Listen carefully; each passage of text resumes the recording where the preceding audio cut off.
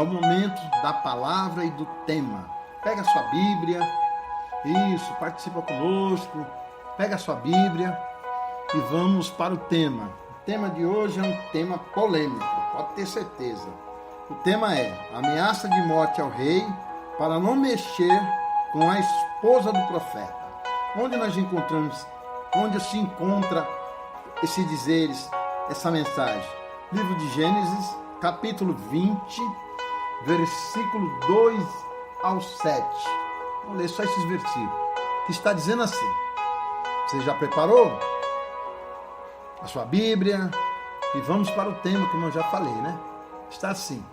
Gênesis, capítulo 20, versículo 2, diz assim: E havendo Abraão dito que Sara, sua mulher, é minha irmã, enviou Abimeleque, o rei de Gerar, e tomou a Sara. E Deus, porém, veio a Abimeleque em sonhos de noite e disse-lhe: Eis que morto será por causa da mulher que tomaste, porque ela tem marido. Mas Abimeleque não se tinha chegado a ela ou tido um relacionamento com ela. Por isso disse: Senhor, matarás também uma nação justa? E não me disse ele mesmo: é minha irmã. E ela também disse: é meu irmão. Em sinceridade do coração, em pureza da minha mão, tenho feito isso. E disse-lhe Deus, em sonho: Bem sei que na sinceridade do teu coração fizeste isto, e também eu tenho impedido de pecar contra mim, por isso não te permiti tocá-la. Agora, pois, restitui a mulher ao seu marido, porque profeta é. E rogará por ti, para que vivas, porém não lhe restituíres. Olha só a ordem de Deus. Sabe que certamente morrerás, tu e tudo. E no versículo 8, levantou-se Abimeleque pela manhã de madrugada e chamou a todos os seus servos e falou todas essas palavras aos seus servos. Ouviram e temeram muito aqueles homens. Só até aí, meu amigo, minha amiga. De repente você pode pensar assim: mas por quê? Mas por que Abraão mentiu? Mas por que Abraão não falou a verdade? Então tem tudo isso aí, né? Na realidade ele não mentiu, que na realidade era irmã por pai de pai. Ele falou uma meia verdade, porque naqueles tempos mulher formosa. E quando eles percebiam que era casado, se o rei queria, o que ele fazia? Se o rei era corrupto, mandava matar o marido, a mulher ficava viúva e ele tomava posse da mulher. Infelizmente, é isso que veio para mim, no meu entendimento, os estudos, e que todo mundo disse que no passado era dessa forma. Prevalecia a lei do mais forte. Era olho por olho, dente por dente, e assim afora vai. Mas vamos para o assunto. Quando Abraão falou que era irmão por pai de pai. Então ele não mentiu. Simplesmente ele omitiu que eles eram casados. Mas aqui eu quero te mostrar, meu irmão, minha irmã, você, meu amigo, minha amiga que está nos ouvindo, que participa, que aprende conosco, eu também estou aprendendo, todos nós aprendemos com a palavra de Deus. É que Deus, quando você tem compromisso com Deus, Deus te protege. Deus te cuida de você. Isso aqui é um exemplo que Deus cuidava de Abraão, cuidava do que é dele, cuidava da família.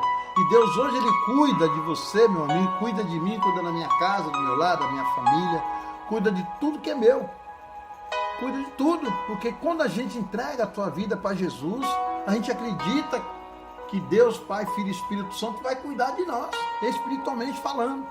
E aí nós não ficamos à mercê da nossa vida mesmo, mas à mercê da direção de Deus, da mão poderosa de Deus, no ir, no sair, no falar, no caminhar, no negociar, no comprar, no vender.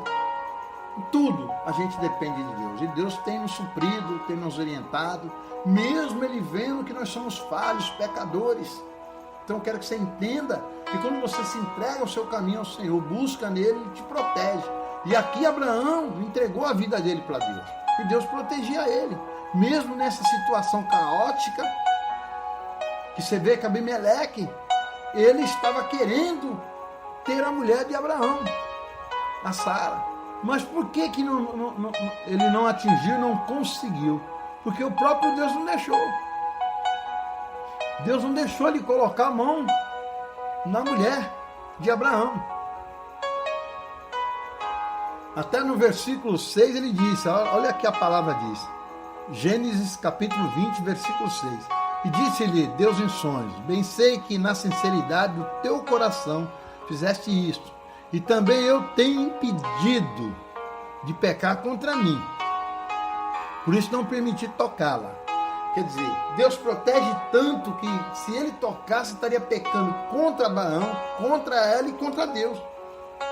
E Deus, na intercessão, Deus impediu que ele pecasse contra Deus, contra Abraão e contra Sara. Só que aí Deus ele deu uma ordem para que ele não mexesse com a mulher do profeta. Oh, glória a Deus!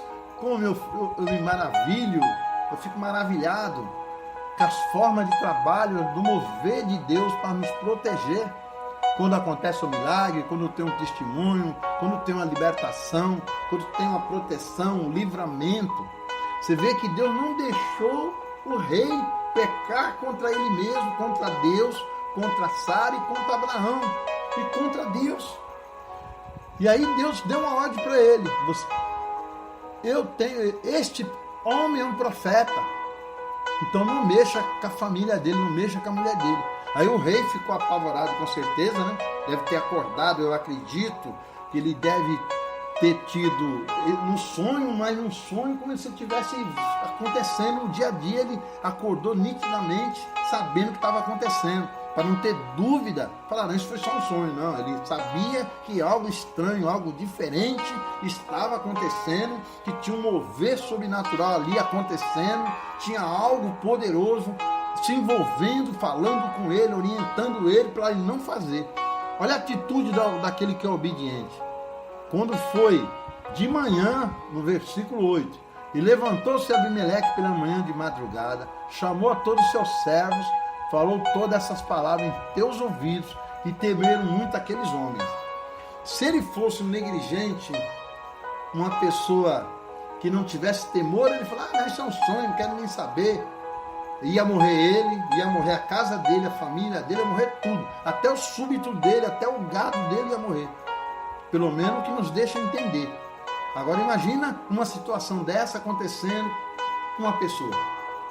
Por causa de um profeta. Hoje muita gente não dá respeito aos profetas, não dá respeito aos homens de Deus. Mas também o que tem de coisa errada, só Deus, né?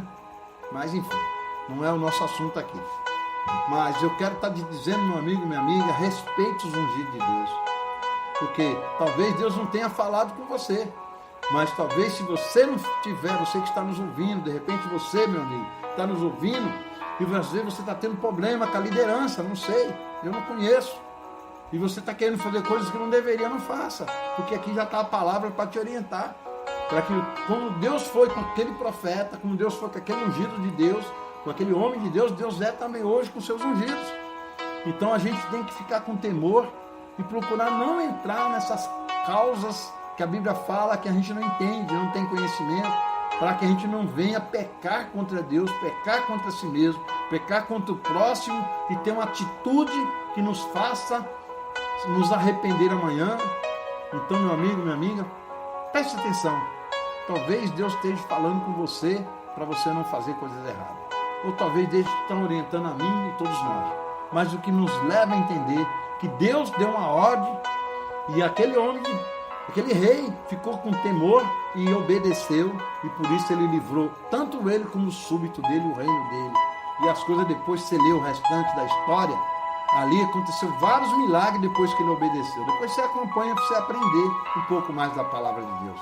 Que Deus te abençoe grandemente, que esse tema venha te fortalecer, para que você venha buscar a Deus firmemente, venha se render ao Senhor e dê glória a Deus e seja abençoado em nome de Jesus. Vamos orar? Soberano e eterno Deus, em nome de Jesus, aqui está o tema, Pai, que os teus servos ouviram da palavra de Deus, e eu creio, meu Deus, que pessoas são edificadas, que o Senhor está fazendo mover, e tem um sobrenatural do Senhor acontecendo nesse momento, e essas pessoas vão ser abençoadas, Pai. Livra-elas do mal, do ataque satânico, da seta do inimigo, e abençoa todos grandemente, em nome de Jesus. Amém e graças a Deus.